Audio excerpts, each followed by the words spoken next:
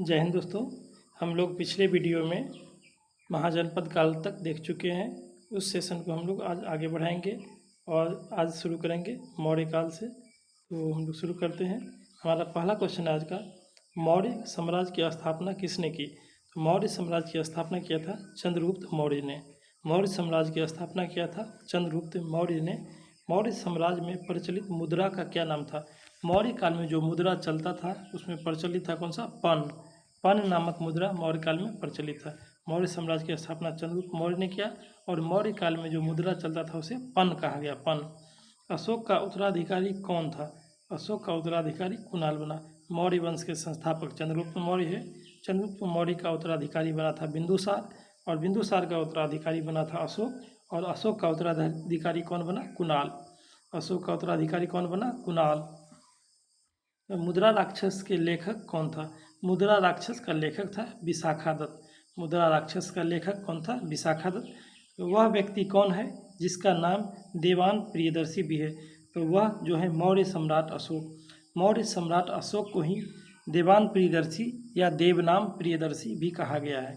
याद रखिएगा, मौर्य सम्राट अशोक को देवनाम प्रियदर्शी के नाम से भी जाना जाता है। अगला, कौटिल्य या चाणक्य किसका प्रधानमंत्री था? चाणक्य जो है, चाणक्य को ही कौटिल्य के नाम से जाना जाता है और इसी का बचपन का नाम था विष्णुगुप्त।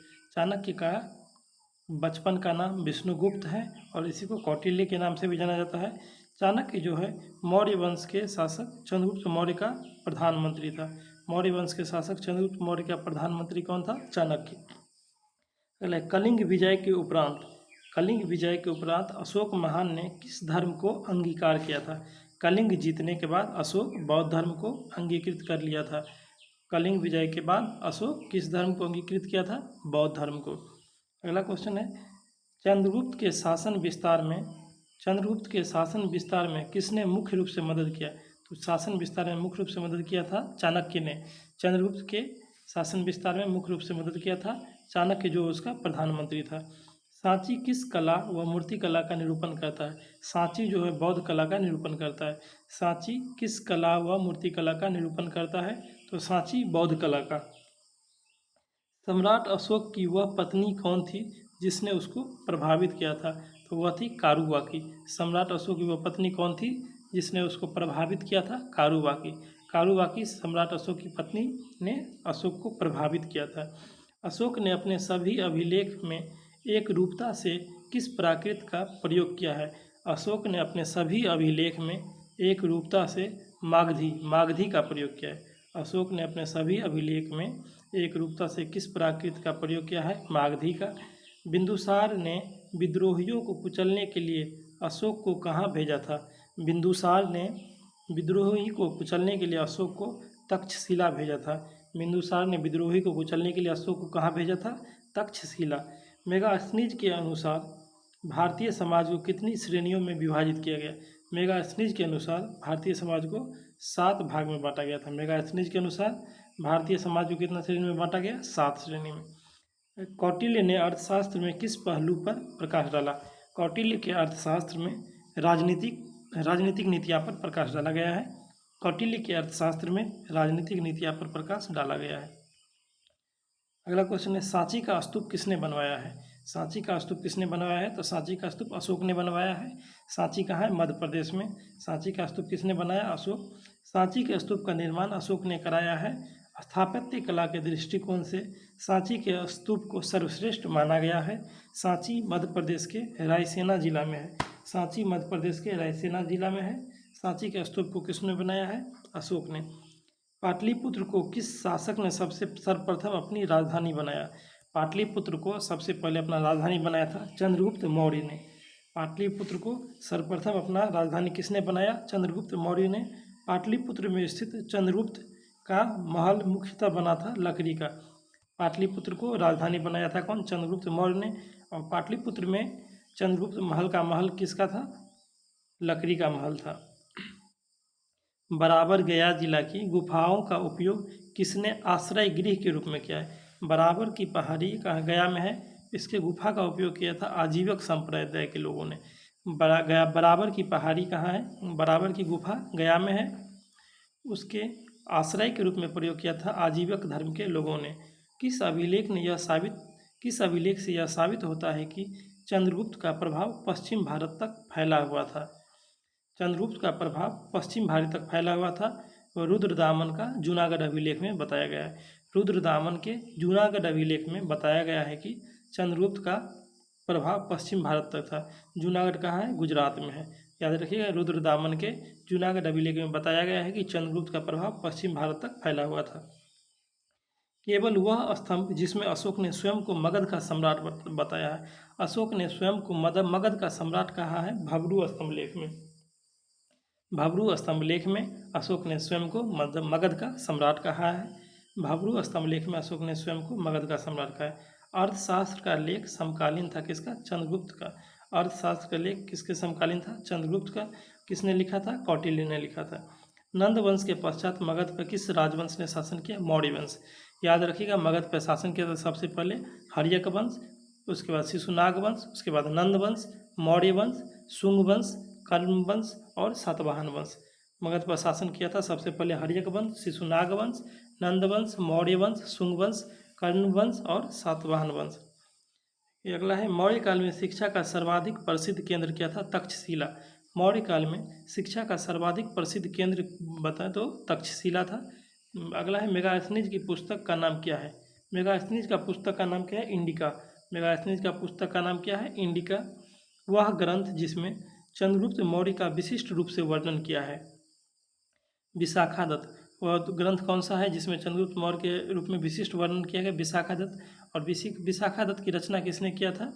विशाखादत्त की रचना किसने किया था बताइए? वह ग्रंथ जिसमें चंद्रगुप्त मौर्य के विशिष्ट रूप से वर्णन किया है कौन सा है? विशाखादत्त। वह स्रोत जिसमें पाटलिपुत्र के प्रशासन का वर्णन उपलब्ध है वो क्या है? इंडिका। मेगास्थनीज का इंडिका है जिसमें पाटलिपुत्र के प्रशासन के रूप में वर्णन किया गया है। मेगास्थनीज का जो इंडिका लिखा हुआ है, इसके राइटर कौन है? मेगास्थनीज। उसमें पाटलिपुत्र के प्रशासन के बारे में वर्णन किया गया है। अगला है, अशोक के शिलालेख में प्रयुक्त भाषा। अशोक का शिलालेख जो है प्राकृत भाषा में लिखा गया। अशोक के शिलालेख किस भाषा में लिखा गया है? प्राकृत भाषा में। अशोक का शिलालेख प्राकृत भाषा में लिखा गया है। प्रथम भारतीय साम्राज्य किसके द्वारा स्थापित किया गया? प्रथम भारतीय साम्राज्य चंद्रगुप्त मौर्य के द्वारा स्थापित किया गया। प्रथम भारतीय साम्राज्य किसके द्वारा स्थापित किया गया? चंद्रगुप्त मौर्य के द्वारा। चाणक्य अपने बचपन में किस नाम से जाने जाते थे? विष्णुगुप्त। चाणक्य के बचपन का नाम था विष्णुगुप्त। चाणक्य को ही कौटिल्य के नाम से भी जाना जाता है। राज्य के सप्तांग सिद्धांत के अनुसार राज्य का 7वां अंग कौन सा था? तो राज्य के बताया गया था कि राज्य के 7 सिद्धांत है, उसमें 7वां अंग जो है उसका मित्र है। राज्य के सप्तांग सिद्धांत के अनुसार राज्य का 7वां अंग कौन सा है? मित्र। किसके शासनकाल में डायमेकस भारत आया था? डायमेकस जो था बिंदुसार के समय भारत आया था। डायमेकस किसके समय में भारत आया था? बिंदुसार के समय। डायमेकस बिंदुसार के समय भारत आया था। बिंदुसार किसका पुत्र था? चंद्रगुप्त मौर्य का पुत्र था। किस प्राचीन नगर के अवशेष कुम्हरार स्थल से प्राप्त हुए हैं? कुम्हरार कहाँ है? पाटलिपुत्रा में। पाटलिपुत्रा से कुम्हरार स्थल प्राप्त हुआ है। कुलंदी बाग प्राचीन स्थल था किसका? पाटलिपुत्र का। कुलंदी बाग कहाँ है? पाटलिपुत्र में। कुलंदी बाग कहाँ है? पाटलिपुत्र में। अगला क्वेश्चन है, किसने सहिष्णुता, उदारता और करुणा के त्रिविधि के आधार पर राजधर्म की स्थापना किया? तो सहिष्णुता, उदारता और करुणा के 3 विधि, सहिष्णुता, उदारता और करुणा के त्रिविधि आधार पर राजधर्म की स्थापना किया था अशोक ने। सहिष्णुता, उदारता और करुणा के त्रिविधि आधार पर राजधर्म की स्थापना किया था अशोक ने। अशोक ने बौद्ध होते हुए भी हिंदू धर्म में आस्था नहीं छोड़ी। इसका प्रमाण है किसमें? देवनाम प्रियदर्शी की उपाधि में। अशोक ने बौद्ध होते हुए भी हिंदू धर्म में आस्था नहीं छोड़ी। इसका प्रमाण है किसमें? तो देवनाम प्रियदर्शी की उपाधि धारण किया, उससे पता चलता है। अशोक के शिलालेख को पढ़ने वाला प्रथम अंग्रेज कौन था? James Prinsep. जेम्स प्रिंसेप ने अशोक के शिलालेख को सबसे पहले पढ़ा था कब? 1837 में। अशोक के शिलालेख को पढ़ने वाला प्रथम अंग्रेज जेम्स प्रिंसेप कब? 1837। सर्वप्रथम अशोक के शिलालेख को पढ़ने का श्रेय अंग्रेज विद्वान जेम्स प्रिंसेप को है। उन्होंने 1837 में अशोक के लेख ब्राह्मी लिपि का उद्याचन किया। याद रखिए, अशोक के शिलालेख को सबसे पहले पढ़ा था कौन? James Prinsep. कब? 1837 में। केवल अगला है, केवल वह स्तंभ जिसमें अशोक ने स्वयं को मगध का सम्राट बताया है। भाब्रू स्तंभ। भाब्रू स्तंभ लेख में अशोक ने स्वयं को मगध का सम्राट बताया है। भाब्रू स्तंभ लेख में अशोक ने स्वयं को मगध का सम्राट बताया है। मौर्य काल में शिक्षा का सर्वाधिक प्रसिद्ध केंद्र था क्या? तक्षशिला। मौर्य काल में शिक्षा का सर्वाधिक प्रसिद्ध केंद्र क्या था? तक्षशिला। अंतिम मौर्य सम्राट कौन था? अंतिम मौर्य सम्राट था बृहद्रथ। अंतिम मौर्य सम्राट कौन था? बृहद्रथ। उत्तराखंड में अशोक का एक शिलालेख है। कहाँ पे? कालसी में। उत्तराखंड में अशोक का एक शिलालेख कहाँ है? कालसी में। कालसी कहाँ है? उत्तराखंड में। कालसी में और उत्तराखंड में जो है वहाँ पे अशोक का एक शिलालेख है। याद रखिएगा, उत्तराखंड में अशोक का शिलालेख कहाँ है? कालसी में। सांची का स्तूप किसने बनवाया है? अशोक। सांची का स्तूप किसने बनवाया? अशोक। प्राचीन भारत का वह प्रसिद्ध शासक जिसने अपने जीवन के अंतिम दिन में जैन धर्म को अपनाया, तो चंद्रगुप्त मौर्य था। चंद्रगुप्त मौर्य ने अपने जीवन के अंतिम दिन में कौन सा धर्म अपनाया था? जैन धर्म। चंद्रगुप्त मौर्य अपने जीवन के अंतिम दिन में जैन धर्म को अपनाया। कलिंग युद्ध की विजय तथा क्षत्रियों का वर्णन अशोक के किस शिलालेख में? तो अशोक के 13वें शिलालेख में कलिंग युद्ध की चर्चा किया गया। अशोक के कितना 13वां शिलालेख में कलिंग युद्ध की चर्चा किया है। याद रखिए, अशोक के 13वें शिलालेख में कलिंग युद्ध की चर्चा है। प्रसिद्ध यूनानी राजदूत मेगास्थनीज भारत में किसके दरबार में आया था? मेगास्थनीज आया था चंद्रगुप्त मौर्य के दरबार में। मेगास्थनीज किसके दरबार में आया था? भारत चंद्रगुप्त मौर्य के दरबार में। मेगास्थनीज चंद्रगुप्त मौर्य के दरबार में भारत आया था। चंद्रगुप्त मौर्य ने सेल्यूकस को कब पराजित किया? 305 ईसा पूर्व में। चंद्रगुप्त मौर्य ने सेल्यूकस को पराजित किया था 305 ईसा पूर्व में। चंद्रगुप्त मौर्य ने सेल्यूकस को पराजित किया 305 ईसा पूर्व में। भारतीय लिखने की कला नहीं जानते थे, यह मेगास्थनीज ने कहा था। मेगास्थनीज ने क्या कहा? भारतीय जो होते हैं वो लिखने की कला नहीं जानते हैं। मौर्य काल में गुप्तचर को क्या कहा जाता था? तो मौर्य काल में गुप्तचर को गूढ़ पुरुष कहा जाता। गूढ़ पुरुष। मौर्य काल में गुप्तचर को गूढ़ पुरुष कहा जाता था। अशोक के समकालीन तुरमाई कहाँ का राजा था? तुरमाई मिस्र का राजा था। तुरमाई मिस्र का राजा अशोक के समकालीन था। तुरमाई जो है मिस्र का राजा है, किसके समकालीन था? अशोक के समकालीन था। अगला, किस ग्रंथ में शूद्रों के लिए आर्य शब्द का प्रयोग किया है? अर्थशास्त्र। अर्थशास्त्र में शूद्र के लिए आर्य शब्द का प्रयोग किया है। अर्थशास्त्र में शूद्र के लिए आर्य शब्द का प्रयोग किया गया है। कौटिल्य द्वारा रचित अर्थशास्त्र कितने अधिकरण में विभाजित है? अर्थशास्त्र की रचना किसने किया? विष्णुगुप्त, चाणक्य या कौटिल्य, जो भी बोले सब सही। अर्थशास्त्र जो है कितने अधिकरण में बटा हुआ है? तो 15 अधिकरण। अर्थशास्त्र कितने अधिकरण में विभाजित है? 15। अशोक ने 261 ईसा पूर्व में कलिंग को जीतने के बाद क्या किया? तो अशोक ने 261 ईसा पूर्व में कलिंग को जीता। उसमें क्या होता? भारी रक्तपात देखकर युद्ध की नीति सदा के लिए त्याग दिया था। अशोक ने 261 ईसा पूर्व में कलिंग जीतने के बाद उसमें जो रक्तपात हुआ था उसको देखकर युद्ध की नीति त्याग दिया था। अगला क्वेश्चन हमारा है, अशोक के जो शिलालेख संगम राज्य के बारे में बताते हैं उसमें शामिल है दूसरा और 13वां। अशोक के दूसरा और 13वां शिलालेख में संगम राज्य के बारे में पता चलता है। संगम राज्य दक्षिण भारत की राज्य था। संगम राज्य दक्षिण भारत का राज्य था, जो अशोक के दूसरा और 13वां शिलालेख से पता चलता है। अशोक के कलिंग युद्ध की चर्चा किसमें किया गया है? 13वें अभिलेख में। अशोक के कौन सा अभिलेख संगम राज्य के बारे में बताता है? दूसरा और 13वां। अशोक ने श्रीलंका में बौद्ध धर्म के प्रचार करने के लिए किसको भेजा था? तो अशोक श्रीलंका में बौद्ध धर्म प्रचार करने के लिए अपने पुत्र महेंद्र और पुत्री संघमित्रा को भेजा। अशोक श्रीलंका में बौद्ध धर्म प्रचार करने के लिए अपने पुत्र महेंद्र और पुत्री संघमित्रा को भेजा था। अशोक के मानसेहरा एवं शहबाजगढ़ी से प्राप्त वृहद शिलालेख किस भाषा का प्रयोग किया गया? अशोक का जो शिलालेख पाकिस्तान के मानसेहरा और पाकिस्तान के शहबाजगढ़ी में मिला है, उसमें खरोष्टी लिपि का प्रयोग किया गया है। अशोक के यही दो अभिलेख है जो खरोष्टी लिपि में है। अशोक के कौन सा? मानसेहरा और शहबाजगढ़ी। याद रखिएगा, अशोक का मानसेहरा और शहबाजगढ़ी अभिलेख खरोष्टी भाषा में लिखा गया है। श्रीनगर की स्थापना किसने किया था? अशोक ने। श्रीनगर की स्थापना किसने किया है? अशोक ने। श्रीनगर की स्थापना किसने किया? अशोक। किस अभिलेख में चंद्रगुप्त मौर्य और अशोक दोनों का उल्लेख किया गया है? महाक्षत्रप रुद्रदामन का जूनागढ़ अभिलेख। रुद्रदामन का जूनागढ़ अभिलेख में चंद्रगुप्त मौर्य और अशोक दोनों का उल्लेख किया गया है। याद रखिए, चंद्रगुप्त मौर्य और अशोक दोनों का उल्लेख किया गया है किसमें? रुद्रदामन का जूनागढ़ अभिलेख। कहाँ है ये? गुजरात में है। रुद्रदामन के जूनागढ़ अभिलेख में चंद्रगुप्त मौर्य और अशोक दोनों का उपयोग किया गया है। अगला है मौर्योत्तर काल। अंतिम मौर्य सम्राट कौन था? वृषरथ। अंतिम मौर्य सम्राट कौन था? वृषरथ। वृषरथ की हत्या कर शुंग वंश की स्थापना किया था पुष्यमित्र शुंग ने। अंतिम मौर्य सम्राट कौन था? वृषरथ। वृषरथ की हत्या किया था कौन? पुष्यमित्र शुंग ने, और उसने शुंग वंश की स्थापना किया। शुंग वंश की स्थापना पुष्यमित्र शुंग ने किया। किसका हत्या करके? वृषरथ की हत्या करके। अगला है कानु या कानु के संस्थापक कौन थे? कानु वंश के संस्थापक थे वसुदेव। कानु वंश के संस्थापक कौन थे? वासुदेव। कानु वंश के संस्थापक थे वासुदेव। सातवाहन, जिसे आंध्र सातवाहन भी कहा जाता है, सातवाहन या आंध्र सातवाहन वंश के संस्थापक सीमुख। सातवाहन या आंध्र सातवाहन वंश के संस्थापक सीमुख। शुंग वंश के हो गया पुष्यमित्र, कनु वंश का वासुदेव, और सातवाहन वंश का हो गया सीमुख। प्राचीन भारत का महान व्याकरण पतंजलि किसके समकालीन था? पतंजलि जो है प्राचीन भारत का महान व्याकरण है, जो व्याकरण लिखा है वो किसके समकालीन था? पुष्यमित्र शुंग के। पुष्यमित्र शुंग के दरबार में रहते थे पतंजलि। प्राचीन भारत का महान व्याकरण पतंजलि किसके समकालीन था? पुष्यमित्र शुंग का।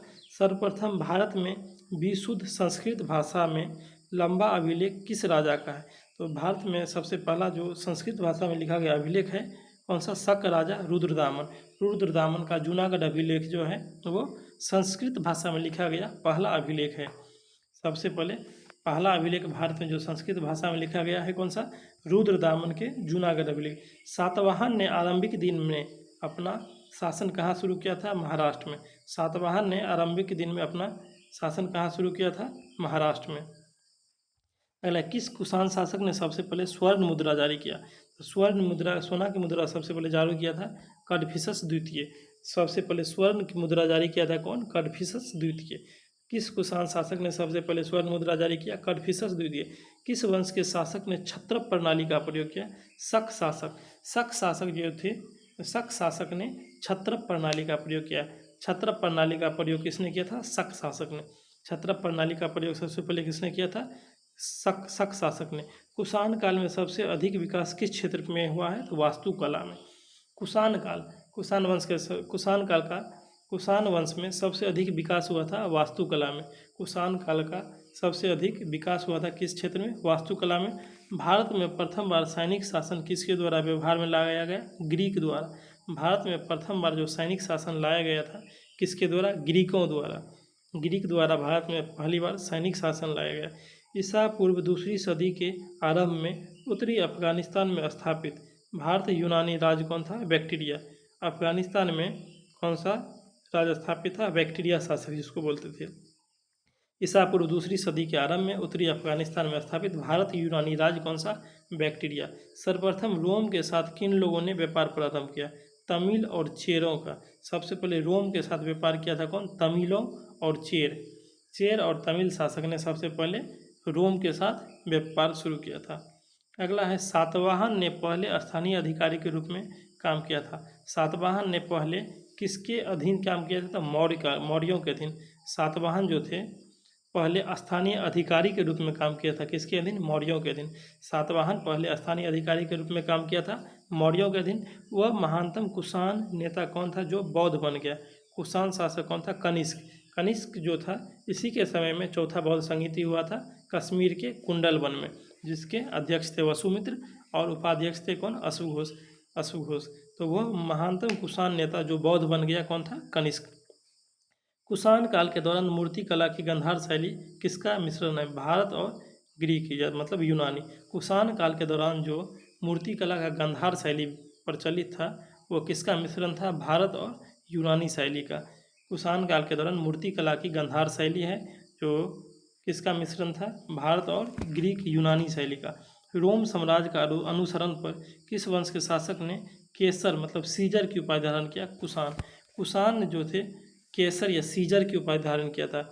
किसके साम्राज्य के अनुसरण पर? रोम साम्राज्य। रोम साम्राज्य भी केसर या सीजर की उपाधि धारण करते थे। रोम साम्राज्य भी केसर या सीजर की उपाधि धारण करते थे। उसी का अनुसरण करते हुए कुषाण शासक ने भी केसर या सीजर की उपाधि धारण किया था। प्राचीन भारत में किसने नियमित रूप से सोना का सिक्का चलाया था? कुषाण। प्राचीन भारत में किसने नियमित रूप से सोना का सिक्का चलाया था? कौन? कुषाण ने नियमित रूप से सोना का सिक्का चलाया था। कौन? कुषाण ने। मौर्य के बाद दक्षिण भारत का सबसे प्रभावशाली राज्य बना था सातवाहन। मौर्यों के बाद दक्षिण भारत में सबसे प्रभावशाली राज्य कौन था? सातवाहन। सातवाहन वंश के संस्थापक कौन था? सिमुक। सातवाहन वंश का संस्थापक सिमुक। सातवाहन वंश मौर्य के बाद दक्षिण भारत में सबसे प्रभावशाली राज्य था। बुद्ध की खड़ी प्रतिमा किस काल में बनाई गई? बुद्ध की खड़ी प्रतिमा बनाया गया था कुषाण काल में।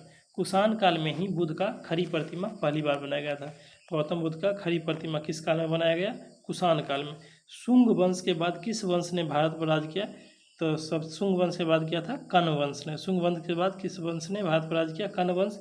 किस चीनी जनरल ने कनिष्क को हराया था? कनिष्क को हराया था पेन चाओ। चीनी जनरल है चीनी जनरल पेन चाओ ने कनिष्क को हराया था। चीनी जनरल पेन चाओ ने कनिष्क को हराया था। अगला है, उत्तरी तथा उत्तरी पश्चिमी भारत में सर्वाधिक संख्या में तांबे के सिक्कों को जारी किया कुषाणों ने। उत्तरी तथा उत्तर पश्चिमी भारत में सर्वाधिक संख्या में तांबे के सिक्कों को जारी किया था कौन? कुषाण ने। विक्रम संवत कब आरंभ हुआ? 57 ईसा पूर्व में। विक्रम संवत कब आरंभ हुआ था? 57 ईसा पूर्व में। सातवाहन शासक की राजकीय भाषा क्या थी? प्राकृत। सातवाहन शासक की राजकीय भाषा क्या थी? प्राकृत। सातवाहन शासक की राजकीय भाषा थी प्राकृत। जो कला शैली भारतीय और ग्रीक यूनानी शैली के मिश्रण है उसे गंधार शैली कहते हैं। गंधार शैली जो है वो भारतीय और ग्रीक यानी यूनानी शैली का मिश्रण है। कनिष्क का राजधानी कहाँ था? पुरुषपुर। कनिष्क का राजधानी पुरुषपुर। कनिष्क का राजधानी पुरुषपुर। पुरुषपुर को ही पेशावर के नाम से जाना जाता है। कनिष्क का राजधानी कहाँ था? पुरुषपुर। पुरुषपुर को ही पेशावर के नाम से जाना जाता है। चरक किसके राज चिकित्सक थे? चरक जो थे कनिष्क। कनिष्क के राज चिकित्सक कौन थे? चरक। कनिष्क के राज चिकित्सक थे कौन? चरक। अगला है, तक्षशिला के प्रसिद्ध स्थल होने का कारण क्या था? तो तक्षशिला के प्रसिद्ध स्थल होने का कारण था गांधार कला। तक्षशिला के प्रसिद्ध स्थल होने का क्या कारण था? वो गांधार कला यहाँ पे विकसित था। अगला, भारत में सबसे पहले स्वर्ण मुद्रा किसने चलाया? इंडो बैक्टीरियन शासक। भारत में सबसे पहले सोना की मुद्रा स्वर्ण मुद्रा किसने चलाया था? इंडो बैक्टीरियन ने। भारत में सबसे पहले स्वर्ण मुद्रा किसने चलाया? Indo Bactrian. किस संग्रहालय में कुषाण काली की मूर्तियों का संग्रह अधिक मात्रा में है? मथुरा संग्रहालय। किस संग्रहालय में कुषाण कालीन मूर्ति का संग्रह अधिक मात्रा में? मथुरा संग्रहालय में। मथुरा संग्रहालय में कुषाण कालीन मूर्ति का संग्रह अधिक मात्रा में रखा हुआ है। किस वंश के शासक ने ब्राह्मण एवं बौद्ध भिक्षु को कर मुक्त भूमि या गांव भूमि अनुदान देने की प्रारंभ किया? सातवाहन। सातवाहन शासक ने सबसे पहले ब्राह्मण एवं बौद्ध भिक्षुक को कर मुक्त मतलब विदाउट टैक्स वाला भूमि या गांव देने की प्रथा आरंभ किया था। भारतीय रंगमंच में यवनिका पर्दा का प्रारंभ किया था यूनानियों ने। भारतीय रंगमंच में जो यवनिका जिसे पर्दा कहते हैं, पर्दा का शुभारंभ भी किसने किया था? यूनानियों ने। भारतीयों के महान रेशम मार्ग किसने शुरू किया था? कनिष्क। रेशम मार्ग किसने शुरू किया था? कनिष्क। रेशम मार्ग किसने शुरू किया था? कनिष्क। अगला है, शक संवत का प्रारंभ किस सम्राट के शासनकाल में? 78 ईस्वी में हुआ था कनिष्क। कनिष्क ने ही शक संवत की शुरुआत किया था। शक संवत की शुरुआत 78 ईस्वी में किसने किया? कनिष्क। शक संवत की शुरुआत 78 ईस्वी में हुआ, किसने किया था? कनिष्क ने। शक संवत की शुरुआत 78 ईस्वी में कनिष्क ने किया। तक्षशिला विश्वविद्यालय कहाँ था? पहले था भारत में। तक्षशिला विश्वविद्यालय पहले भारत में था। वर्तमान में तक्षशिला पाकिस्तान के रावलपिंडी जिला में है। तक्षशिला विश्वविद्यालय पहले भारत में था, वर्तमान में पाकिस्तान के रावलपिंडी जिला में है। प्राचीन में यह शिक्षा का प्रमुख केंद्र था। चाणक्य और चरक ये सब यही शिक्षा प्राप्त किए थे। प्राचीन काल में कलिंग का महान शासक कौन था? खारवेल। कलिंग का महान शासक खारवेल। खारवेल कहाँ था? कलिंग का। याद रखिए, खारवेल कलिंग का शासक था। बुद्ध के किसके सिक्कों पर अंकन हुआ है? कनिष्क। कनिष्क ने जो सिक्का चलाया था उस पर गौतम बुद्ध को अंकित करवाया था। बुद्ध का किसके सिक्कों पर अंकन हुआ है? कनिष्क। कनिष्क ने अपने सिक्कों पर गौतम बुद्ध को अंकित करवाया था। यौधेय सिक्कों पर किस देवता का अंकन मिलता है? यौधेय सिक्का पर कार्तिकेय का अंकन मिलता है। बुध का अंकन है कनिष्क के समय में। और यौद्धे सिक्का पर किस देवता का अंकन मिलता है? कार्तिकेय का। यौद्धे सिक्का पर किस देवता का अंकन है? कार्तिकेय का। कनिष्क के सारनाथ बौद्ध प्रतिमा अभिलेख की तिथि क्या है? 81 ईस्वी। कनिष्क के सारनाथ बौद्ध प्रतिमा अभिलेख की तिथि क्या है? 81 ईस्वी सन। कनिष्क के सारनाथ बौद्ध प्रतिमा अभिलेख की तिथि 81 ईस्वी सन में। अश्वघोष किसके समकालीन था? कनिष्क के समय। अश्वघोष किसके समकालीन था? कनिष्क के समय। चौथा बौद्ध संगीति का उपाध्यक्ष बना था कौन? अश्वघोष, जो कनिष्क के समय में कश्मीर के कुंडलवन में हुआ था। बाल विवाह की प्रथा प्रारंभ हुआ था कुषाण काल में। बाल विवाह की प्रथा कब शुरू हुआ? कुषाण काल में। बाल विवाह का प्रथा शुरू हुआ था कुषाण काल में। जो कला शैली भारतीय और यूनानी आकृति का मिश्रण है उसे गांधार। गांधार शैली कितना बार बताएं? भारतीय और यूनानी का मिश्रण है। सातवाहन की राजधानी कहाँ? अमरावती में। सातवाहन वंश के संस्थापक कौन थे? सिमुक। और राजधानी बनाया था कहाँ? अमरावती। सातवाहन के संस्थापक कौन थे? सिमुक। राजधानी कहाँ बनाया? अमरावती। आंध्र सातवाहन राजा की सबसे लंबी सूची किस पुराण में है? तो मत्स्य पुराण में। आंध्र सातवाहन राजा की सबसे लंबी सूची किस पुराण में मिलती है? मत्स्य पुराण। पूर्वी रोमन शासक जस्टिनियन का सर्वाधिक महत्वपूर्ण योगदान किस क्षेत्र में? विधि के क्षेत्र में। आंध्र सातवाहन राजा की सबसे लंबी सूची किस पुराण में है? मत्स्य पुराण में। पूर्वी रोमन शासक जस्टिनियन का सर्वाधिक महत्वपूर्ण योगदान किस क्षेत्र में था? विधि के क्षेत्र में। पूर्वी रोमन शासक जस्टिनियन, इसका सर्वाधिक महत्वपूर्ण योगदान था विधि के क्षेत्र में। अगला है संगम काल। संगम काल हम लोग देखते हैं। संगम युग में उरेयूर जो है, उरेयूर किसके लिए विख्यात था? उरेयूर कपास के व्यापार का महत्वपूर्ण केंद्र था। उरेयूर जो है, उरेयूर किसके लिए विख्यात था? कपास के व्यापार के लिए। उरेयूर कपास के विकास के लिए। उरेयूर किसके लिए? तो कपास के विकास के लिए। उरेयूर कपास के विकास के लिए प्रसिद्ध था। अगला है तोलकाप्पियम। तोलकाप्पियम ग्रंथ किससे संबंधित है? तो तोलकाप्पियम जो है व्याकरण ग्रंथ है। तोलकाप्पियम व्याकरण ग्रंथ है और काव्य है। तोलकाप्पियम जो है व्याकरण और काव्य ग्रंथ है। धार्मिक कविताओं का संकलन कूरल। कूरल किस भाषा में लिखा हुआ है? तमिल। जो धार्मिक कविता है कूरल जो है, कूरल किस भाषा में लिखा हुआ है? कूरल तमिल भाषा में। कूरल तमिल भाषा में लिखा गया है जो धार्मिक कविता है। किस संगम युगीन राज्य के संरक्षण में तीन संगम का आयोजन हुआ था? किस काल में हुआ था? पांड्य वंश के समय में। 3 संगम का आयोजन किस काल में हुआ था? पांड्य काल में। फिर से तोलकाप्पियम ग्रंथ किससे संबंधित है? व्याकरण और काव्य से। धार्मिक कविताओं का संकलन कूरल किस भाषा में है? तमिल भाषा में। किस संगम युगीन राज्य के संरक्षण में तीनों संगम का आयोजन हुआ? पांड्य वंश के समय में। लाल चेर के नाम से प्रसिद्ध वह चेर शासक कौन था जिसने कनगी या पत्नी के मंदिर का निर्माण कराया? सेनगुटवन। सेनगुटवन जो था चेर वंश का शासक था। सेनगुटवन चेर वंश का शासक था, जो जिसे लाल चेर के नाम से जाना जाता है। सेनगुटवन चेर वंश का शासक था जिसे लाल चेर के नाम से जाना जाता है। इसने कनगी या पत्नी पूजा शुरू किया था। कनगी या पत्नी के मंदिर का निर्माण कराया। कनगी या पत्नी के मंदिर का निर्माण कराया और पत्नी पूजा शुरू करवाया था कौन? चेर वंश के शासक सेनगुटवन। सेनगुटवन को लाल चेर के नाम से जाना जाता है, जिसने कनगी या पत्नी पूजा शुरू करवाया। तमिल भाषा के शिलप्पादिकारम और मणिमेखले नामक हिंदू गौरव ग्रंथ किससे संबंधित है? हिंदू धर्म से। तमिल भाषा का ग्रंथ है कौन सा? शिलप्पादिकारम। तमिल भाषा का ग्रंथ है शिलप्पादिकारम और मणिमेखले। शिलप्पादिकारम और मणिमेखले नामक ग्रंथ किससे संबंधित है? हिंदू धर्म से। तमिल भाषा के शिलप्पादिकारम और मणिमेखले किससे संबंधित है? हिंदू धर्म से। कौन संगम युगीन व्याकरण रचना सर्वाधिक महत्वपूर्ण रचना माना जाता है? तोलकाप्पियम। संगम काल का कौन सा व्याकरण है जो सबसे महत्वपूर्ण माना जाता है? वह है तोलकाप्पियम। तोलकाप्पियम संगम काल का व्याकरण ग्रंथ है जो सबसे महत्वपूर्ण है। मुजरिस किस राज्य का प्रमुख बंदरगाह था? मुजरिस चेर साम्राज्य में मुजरिस बंदरगाह सबसे प्रमुख था। याद रखिए, चेर साम्राज्य में मुजरिस बंदरगाह सबसे प्रमुख था। कौन सा? चेर साम्राज्य का। मुजरिस बंदरगाह चेर साम्राज्य का था। प्राचीन कालीन तमिल देवता मुर्गन किस वैदिक देवता के सदृश है?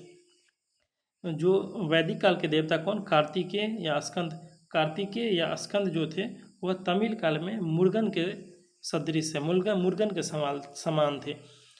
वैदिक काल के देवता कार्तिकेय जो थे वह तमिल देवता मुर्गन के समान थे। संगम कालीन साहित्य कौन को मन्नन कौन को मनन किसके लिए प्रयुक्त होते थे? संगम कालीन साहित्य में कौन को और मनन राजा के लिए प्रयुक्त किया जाता था। संगम कालीन साहित्य में कौन को मनन राजा के लिए प्रयुक्त किया गया है। संगम कालीन साहित्य में कौन को एवं मनन राजा के लिए प्रयुक्त किए गए। तमिल काव्य का इलियड किसे कहा गया है? शिलप्पादिकारम को। तमिल काव्य का इलियड कहा गया है किसे? शिलप्पादिकारम को। तमिल काव्य का इलियड याद रखिएगा। तमिल काव्य का इलियड शिलप्पादिकारम। चेर वंश का शासन केरल में। चेर वंश का शासन कहाँ था? केरल में। और चेर वंश का सबसे प्रसिद्ध शासक सेनगुटवन था। चेर वंश का शासन हुआ था केरल में और चेर वंश का सबसे प्रसिद्ध शासक सेनगुटवन को ही लाल चेर के नाम से भी जाना जाता है। इसने पत्नी पूजा शुरू किया था। चेर वंश का कौन सा शासक था जो पत्नी पूजा शुरू किया? सेनगुटवन, जिसे लाल चेर के नाम से जाना जाता है। चेर वंश का शासन था केरल पर। चोल वंश का प्रसिद्ध शासक कौन था? चोल वंश का प्रसिद्ध शासक करिकाल। चोल वंश का प्रसिद्ध शासक करिकाल चोल वंश का शासक था। चोल काल में सूती वस्त्र उद्योग का प्रमुख केंद्र उड़ैयूर जो कपास के लिए प्रसिद्ध था, चोल काल में वही सूती वस्त्र के उद्योग भी प्रमुख केंद्र था। अगला है तोलकाप्पियम की रचना किसने किया था? तोलकाप्पियम की रचना किया था तोल्कापियर ने। तोलकाप्पियम की रचना किया था तोल्कापियर ने।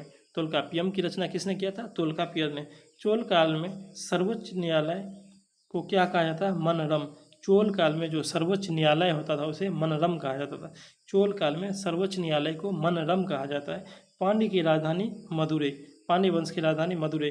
पांड्य काल के समय में ही 3 संगम का आयोजन हुआ था। पांड्य काल के समय में ही 3 संगम का आयोजन हुआ था। पांड्य की राजधानी कहाँ था? मदुरै। तमिल का गौरव ग्रंथ जीवक चिंतामणि किससे संबंधित है? जैन धर्म से। तमिल का गौरव ग्रंथ कौन सा? जीवक चिंतामणि। जीवक चिंतामणि के लेखक थे कौन? शीतले सतनार। जीवक चिंतामणि का लेखक शीतले सतनार थे।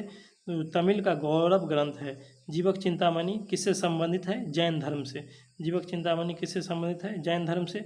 अगला है संगम किससे संबंधित है? संगम विद्वानों से। संगम किससे संबंधित है? संगम जो है विद्वानों से संबंधित है। अगला है स्ट्रेबो के अनुसार संगम युग के किस शासक के किस वंश के शासक संगम युग के किस वंश के शासक ने रोमन सम्राट अगस्टस के दरबार में 20 ईसा पूर्व के लगभग एक दूत भेजा था? पांड्य नरेश। स्ट्रेबो के अनुसार संगम युग के शासक थे कौन? संगम युग के पांड्य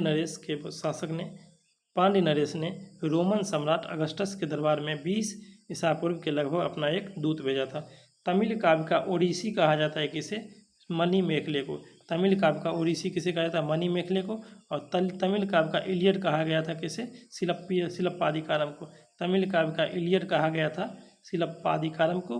और तमिल काव्य का ओडिसी कहा गया है किसको? मणिमेखले को। पूहर या कावेरी पट्टनम की स्थापना किया था? करिकाल ने। पूहर या कावेरी पट्टनम की स्थापना किसने किया था? करिकाल ने। पूहर या कावेरी पट्टनम क्या था? तो वहाँ पोत था। पूहर या कावेरी पट्टनम की स्थापना किया था? करिकाल ने। प्राचीनतम तमिल देवता मुरुगन किस देवता के सदृश थे? तो वैदिक काल के देवता कार्तिकेय या स्कंद के समय। अगला है संगम का आयोजन। संगम टोटल कितना हुआ था? 3 संगम का आयोजन हुआ है। 3 संगम का आयोजन हुआ किस समय हुआ था? तो पांड्य नरेश के समय में हुआ था। 3 संगम का आयोजन हुआ। प्रथम हुआ मदुरै में। 3 संगम का आयोजन हुआ। पहला मदुरै और तीसरा भी मदुरै। पहला संगम का आयोजन कहा मदुरै में, तीसरा मदुरै में। पहला मदुरै में, दूसरा कपाटपुरम अल्वे और तीसरा मदुरै। 3 संगम का आयोजन पहला हुआ मदुरै में, दूसरा कपाटपुरम अल्वे और तीसरा मदुरै। याद रखिएगा 3 संगम का आयोजन हुआ था। पहला हुआ था मदुरै में और तीसरा मदुरै में और दूसरा कपाटपुरम अल्वे में। प्रथम संगम की अध्यक्षता किया था कौन? अगस्त ऋषि और दूसरा का भी अगस्त ऋषि। तीसरा का अध्यक्षता नक्कीरर। 3 संगम आयोजन हुआ है। पहला और दूसरा का अध्यक्षता अगस्त ऋषि ने किया है। पहला और दूसरे का अध्यक्षता किया है कौन? अगस्त ऋषि। और तीसरा का अध्यक्षता किया है नक्कीरर। तीनों संगम का आयोजन पांड्यकाल में हुआ था। प्रथम संगम मदुरै में जिसकी अध्यक्षता अगस्त ऋषि, दूसरा कपाटपुरम अलेव में जिसकी अध्यक्षता अगस्त ऋषि और तीसरा भी मदुरै में जिसका अध्यक्षता किया है नक्कीरर ने। ठीक है दोस्तों, तो आज हम यहाँ तक रखते हैं। अगले सेक्शन में गुप्त काल से देखेंगे।